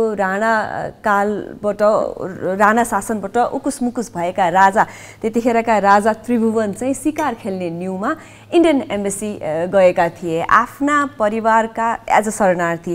आफ्ना परिवारका लगभग 11 जना श्रीमती, नाति नातिना सबैजनालाई लिएर उनी चाहिँ इन्डियन एम्बेसीमा शरणार्थीको रूपमा गएका थिए। आशिष, र यो राणा शासनको विरुद्धमा एउटा यो ठुलो आफ्नै देशको राजाले चाहिँ गरेको विरोधलाई यो ठुलो महत्त्वपूर्ण घटनाको रूपमा लियो र यसले नै गर्दाखेरि पछि गएर राणा शासनको अन्त्य हुन सहयोग गर्यो र अहिलेको हाम्रो मुलुक जुन अवस्थामा छ त्यससँग यो घटनालाई पनि हामी जोडेर हेर्न सक्छौँ र यहाँहरूले पनि अहिले धेरैजनाले इतिहासका कुरा नयाँ जेनेरेसनका व्यक्तिहरूले त विशेष गरी हाम्रो इतिहासलाई पढ्न पर्छ, बिर्सिनु हुँदैन, यसको बारेमा अझ जान्न बुझ्नुपर्छ र अहिले आएर हामी झन्डै 70 चाहिँ वर्ष जति पछि 70-71 वर्षपछि आउँदाखेरि चाहिँ ए हो र यस्तो पनि भएको थियो है भन्ने किसिमको चाहिँ अलिकति त्यो पुरानो कुरा सम्झिँदाखेरि चाहिँ कस्तो झसङ्ग भए जस्तो हुँदो रहेछ। एकदमै अवश्य सर, त्यो त्यतिखेरको पोलिटिकल पार्टिजसँग पोलिटिकल पार्टिज मात्र नभइकन राजाले पनि साथ दिएका त्यतिखेरको राणा शासन अन्त्य गर्नको लागि।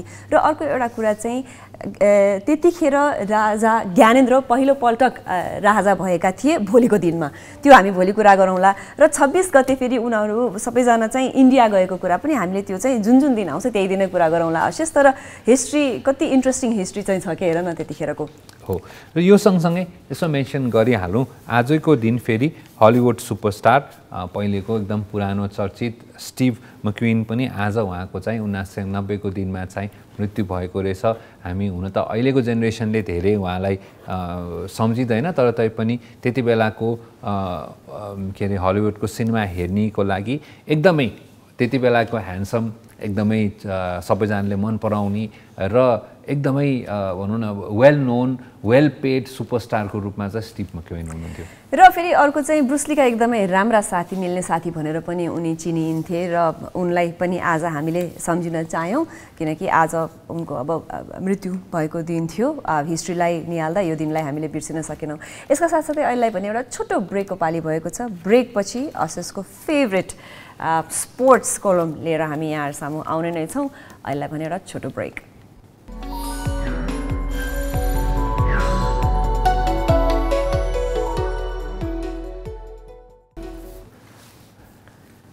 ब्रेकपछि यहाँलाई स्वागत छ वायनेट प्रेजेन्स दिस मर्निङ लाइभमा। र अब हामी कार्यक्रमको अलिअलि अन्त्यतिर पुग्न लागेका छौँ र अन्त्यतिर एकदम महत्त्वपूर्ण सेगमेन्टको पनि कुरा गर्न बाँकी नै छ। स्पोर्ट्समा फुटबल सँगसँगै अहिले भइरहेको आइसिसी T20 क्रिकेटको पनि हामी कुराकानी गर्छौँ। आशिष, तिमीले यो सुरु गर्नुभन्दा अगाडि मैले सोधिहालेँ तिमीलाई, अहिलेको यो T20 वर्ल्ड कप कसले जित्छ त? अब मेरो त टिम आफूलाई मैले समर्थन गर्ने, आफूलाई मनपर्ने टिम पाकिस्तान हो, राम्रो खेलिरहेछ, ग्रुपको लिडर भएर आएको छ। त्यही भएर म त अन्य अब अहिले जित्ने कोही पनि देख्दिनँ। इङ्ल्यान्डले अलिकति केही गर्ला कि जस्तो लाग्थ्यो, तर हिजो अलिकति इङ्ल्यान्डको पनि हार हुन सक्ने रहेछ भन्ने देखेपछि त म त अब त कुनै सोच विचार गर्नुपर्ने जरुरी छैन। तर पनि पाकिस्तान पछि यदि पाकिस्तानले जितेन भने जित्न सक्ने अर्को को टिम छ त? इङ्ल्यान्ड नै भन्छु होला, त्यो चाहिँ नसोचौँ अहिलेलाई, तर पाकिस्तानले नै जित्छ जस्तो लाग्छ। तर एकदम कदाचित हामी फाइनलमा हार्यौँ भने पनि इङ्ल्यान्ड नै होला कि? अब यसो हेर्दाखेरि हामी फाइनलमा हार्यौँ भनेपछि टिमको सपोर्ट राम्रो रहेछ हैन, हारिहाल्यौँ पनि, हार्यौँ भन्न त भएन। फेरि पाकिस्तानी समर्थकहरूले मलाई कुट्नु होला। हार्दैनौँ, हामी जित्छौँ, यसमा हामी आश्वस्त छौँ। यति भन्दै हिजोको दुईटा खेल भएको थियो, अस्ट्रेलिया र वेस्ट इन्डिजको बिचमा र इङ्ल्यान्ड र साउथ अफ्रिकाको बिचमा। पहिलो गेम अस्ट्रेलिया र वेस्ट इन्डिजमा चाहिँ महत्त्वपूर्ण रह्यो, किनभने यसमा जोड्न पनि पर्छ एकदमै चर्चित, संसारभरि नै सबैजनाले मन पराएको वेस्ट इन्डिज प्लेयर क्रिस गेलले चाहिँ हिजोबाट आफ्नो खेलबाट सन्यास लिनुभयो। अन्य फर्मेटबाट उहाँले आफूलाई टाढै राख्न थाले पनि T20 खेलिरहनु भएको थियो। युनिभर्स बस भनेर एकदमै चर्चित क्रिस गेलले चाहिँ हिजो आफ्नो अन्तिम गेम खेल्नुभयो। अलिअलि केही गर्नुहुन्छ कि गेल स्टर्म फेरि आउँछ कि भन्ने जस्तो लाग्थ्यो, तर तैपनि 9 बलमा 15 रन हानेर उहाँ आउट हुनुभयो। तर तैपनि उहाँको चाहिँ योगदान T20 क्रिकेटमा र विश्व क्रिकेटमा एकदमै ठुलो रहनेछ। उहाँको अन्तिम दिन पनि रह्यो। र वेस्ट इन्डिजले चाहिँ फेरि अस्ट्रेलियासँग अलिकति नराम्रै हार बिहोर्न पर्यो सहिता। एकदमै त्यो त भयो हिजोको खेलको अपडेट्सहरू जुन अशेषले यहाँलाई भनिहाल्यो। त्यस्तै गरेर आज पनि दुईवटा, हिजो अर्को एउटा गेम पनि छ, म भनिहाल्छु होइन। सो हिजोको एउटा गेमको मैले कुरा गरेँ। अर्को गेममा चाहिँ फेरि अलिकति इन्ट्रेस्टिङ भएको छ। इङ्ल्यान्ड र साउथ अफ्रिकाको पनि हिजो दोस्रो गेम थियो। त्यसमा चाहिँ England number 1 team, top of the table भनेर भनेकोमा चाहिँ साउथ अफ्रिकाले फेरि इङ्ल्यान्डलाई हराइदियो। अब हेर सहिता क्रिकेट भन्ने कति ब्रुटल गेम हुन्छ सबैजना इङ्ल्यान्ड हिजो अस्ट्रेलियाले पनि जित्यो इङ्ल्यान्डले हार्यो साउथ अफ्रिकाले जित्यो इङ्ल्यान्ड अलरेडी 8 मा थियो साउथ अफ्रिका अस्ट्रेलिया पनि 8 पोइन्ट्समा जानुभयो तर नेट रन रेटले गर्दाखेरि चाहिँ अनफर्चुनेटली साउथ अफ्रिका क्वालिफाई भएन अब कति दुःख भयो होला जितेर पोइन्ट्स इक्वल भएर पनि उहाँहरू हार्नु पर्यो साउथ अफ्रिका एकदमै फेरि they are known as a most unluckiest team in the cricket के जहिले पनि उहाँहरू पुग्नुहुन्छ हार्नुहुन्छ कहिले क्वालिफाई गर्नु हुँदैन कहिले सेमिफाइनलमा हार्नुहुन्छ साउथ अफ्रिकन टिमलाई चाहिँ मलाई एकदमै चित्त दुख्छ उहाँहरूलाई देखेर चाहिँ चित्त नदुखाओस् गेम भनेकै यस्तै हो हार जित भनेको हुन्छ नै तर एउटा चाहिँ तिमीले भनेको जस्तो जितेर पनि हार्नु पर्दा चाहिँ अलिकति बढी दुःख त हुन्छ नै र आजको गेमको कुरा गर्नु पर्दाखेरि आज दुईवटा गेमहरू छन् 3:45 न्युजिल्यान्ड र अफगानिस्तानको प्रतिस्पर्धा हुनेछ भने राति 7:45 पाकिस्तान र स्कटल्यान्डको प्रतिस्पर्धा हुँदैछ भनेपछि अशेष तिम्रो भोलि छुट्टी त छैन हुन त टाइमिङ त छ आज त बसेर मजाले गेम हेर्छौ होला तिमी त पहिलो गेम त हेर्नै पर्ने गेम छ सहिदा किनभने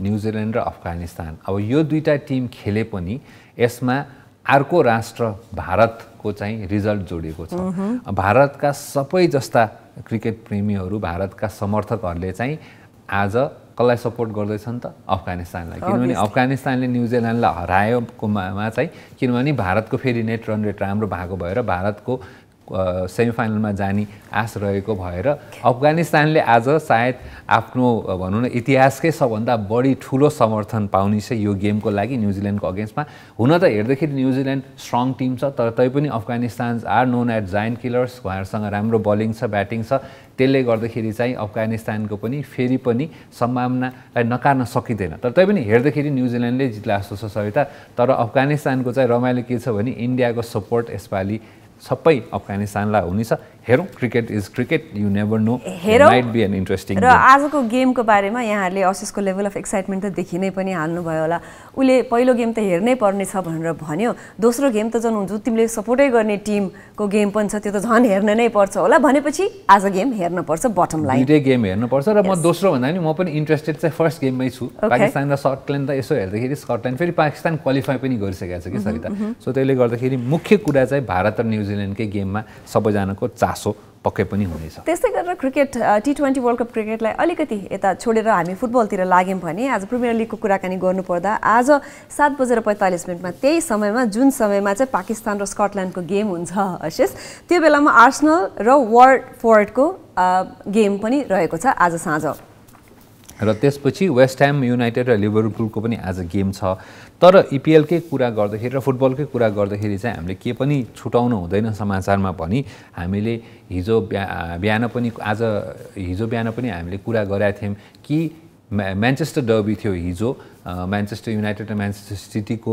म्यान्चेस्टर युनाइटेडलाई पनि फेरि के ग्रह दशा नमिलेको हो यत्रो खेलाडी आएर पनि फेरि पनि म्यान्चेस्टर युनाइटेडले म्यान्चेस्टर सिटीसँग चाहिँ 2 गोलको अन्तरले चाहिँ हार बेहोर्न परेको छ म्यान्चेस्टर युनाइटेडलाई को खेलाडीहरूलाई पनि सायद धेरै चोट पर्यो होला हिजोबाट हैन मलाई चाहिँ यसमा भनाइ के छ भने सबैको एउटा समय हुँदो रहेछ जस्तो पनि लाग्यो अहिले झन् फुटबलको कुरा गर्नुपर्दा यस्ता नाम चलेका टोलीहरूले जुन रेगुलर लस बियर गरिरहेछन् नि त्यो हेर्दाखेरि maybe it's time for some other to sprung up भने जस्तो पनि लागि राखेको छ फेरि पनि आज स्पोर्ट्स लभरहरूको लागि चाहिँ भ्याइ नभ्याइ हिजो मेरो तिहार जस्तो भएको थियो त्यस्तै उहाँहरूको लागि चाहिँ आज रहेछ भन्ने जस्तो भान भयो अशेष मलाई र सँगसँगै चेल्सी र बर्नेमा पनि 1-1 चाहिँ स्कोर लाइन थियो भने फेरि हामीले हिजो तिमीले नै कुरा गराएको थियौ सेल्टा भिगो र बार्सिलोनामा पनि बार्सिलोना हेर सहजै जित हासिल गर्नुपर्नेमा पनि चाहिँ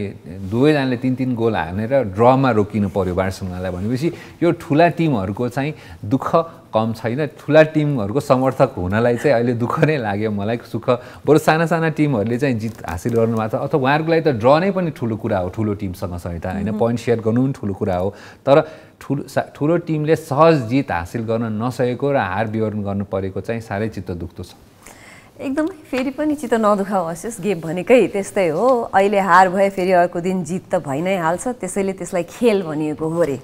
अब अलिकति प्रसङ्ग बदलौँ, बिस्तारै जाने बेला पनि भइसकेको छ। हामी कहिलेकाहीँ कस्तो गर्छौँ भने सबै कुरा बिर्सेर एउटा ऱ्याट रेस, एउटा भागदौडमा लाग्छौँ पनि होला। जहिले पनि हामीलाई सबैलाई नेम फेम यो सबै कुरा चाहिएकै पनि छ र यसो सोच्ने नै हो भने पनि यही कोटेसनमा हामी रहन्छौँ होला, नत्र 3-4 पुस्तापछि हामीले जति नै राम्रो काम नाम गरे पनि खासै सम्झिने त हामीलाई कसले नै हो र। त्यही भएर बाँचुन्जेल चाहिँ एकदम आनन्दले रिल्याक्स गरेर बाँच्नुपर्छ अरे। आफ्ना इमिडिएट मान्छेहरू जो हुनुहुन्छ नि, जस्तै आफ्ना अभिभावक, आफ्ना फ्यामिली मेम्बर्सहरूलाई खुसी र सुखी प्राउड राख्न सकियो भने त्यो नै लाइफ हो रे। यो मेरो भनाइ होइन है, बाइ द वे। मलाई लागिरहेको थियो होइन, बाँकीको भूमिका सबै मेरो है। फेरि ठिक छ, खालि लास्टको लाइनिङ मात्र मेरो होइन। ठिक छ। भूमिका सहितले किन यत्रो बाँध्यो त र कसको लागि बाँध्यो त भन्दाखेरि हाम्रो कोट अफ द डे हामीले कुरा गर्ने गर्छौँ हरेक दिन। त्यसको आजको को छ त कोट अफ द डेमा, कसले के भन्नुभएको छ हाम्रो स्क्रिनमा एकचोटि हेरौँ। ओके, उहाँ हुनुहुन्छ मेरिल स्ट्रिप। अनुहार देखिसकेपछि एकदम चिर परिचित, हामीले सिनेमामा देखिराखेको अनुहार पनि हो। उहाँले भन्नुभएको छ, you don't have to be famous, you just have to make your mother and father proud of you. आमा बुवालाई यदि हामीले खुसी राख्यौँ भने त्यो नै सबैभन्दा चर्चित भनेर भन्नु पर्यो होइन त? हो। अब सबैभन्दा हामीले त मलाई यसो कुरा सम्झिँदाखेरि यो हाम्रो भगवान् गणेशले चाहिँ संसार घुम भनेर भन्दाखेरि अरू कहीँ नगइकन आफ्नै मातापिताको वरिपरि घुमेर त्यो कुरालाई चाहिँ एकदमै उहाँले प्रुभ गरिदिनु भएको थियो कि अरू सबै कुराहरू भन्दा पनि हाम्रो लागि हाम्रो बुवा आमा सन्तानहरू, आमा बुवाको लागि सन्तान र सन्तानको लागि आमा बुवा नै सबै कुरा हो। र सन्तानहरूले पनि अरूलाई धेरै ट्राई गर्नु परेन, पहिले आफ्नो आमा बुवा नै आफ्नो भनौँ न उहाँहरू तपाईँको कामदेखि प्राउड हुनुहुन्छ भने you are already famous. Very well said. कुमारले चाहिँ संसारै घुम्न, ब्रह्माण्ड घुम्न जाँदाखेरि गणेशले आफ्नो बुवा आमालाई घुम्नु भएको थियो, किनकि मेरो लागि संसारै यहाँ हो भनेर। अब अहिले तिमीले यो कुरा भनिसकेपछि कतै मेरिल स्ट्रिपले पनि यो कुरा सुन्नुभएको र उहाँबाट प्रभावित हुनुभएको त होइन जस्तो लाग्यो मलाई। एनिवेज, यो बुझ्दाखेरि एकदम राम्रो कुरा हो पनि। अवश्य यही कुराकानी यति धेरै इन्फर्मेसनका साथसाथै आज हाम्रो जाने बेला पनि भइसकेको छ, किनकि आज हामी घर गयौँ भने न भोलि बिहान फेरि 6:30 बजे भायोनेट प्रेजेन्स दिस मर्निङ लाइभ भन्दै यहाँहरू सामु आउन पाइन्छ। साताको सुरुको दिन यहाँहरूको साता राम्रो रहोस्, यहाँहरूको दिन राम्रो रहोस् भन्दै आजलाई हामी दुईजना पनि बिदा लिन्छौँ। हस् त, नमस्कार।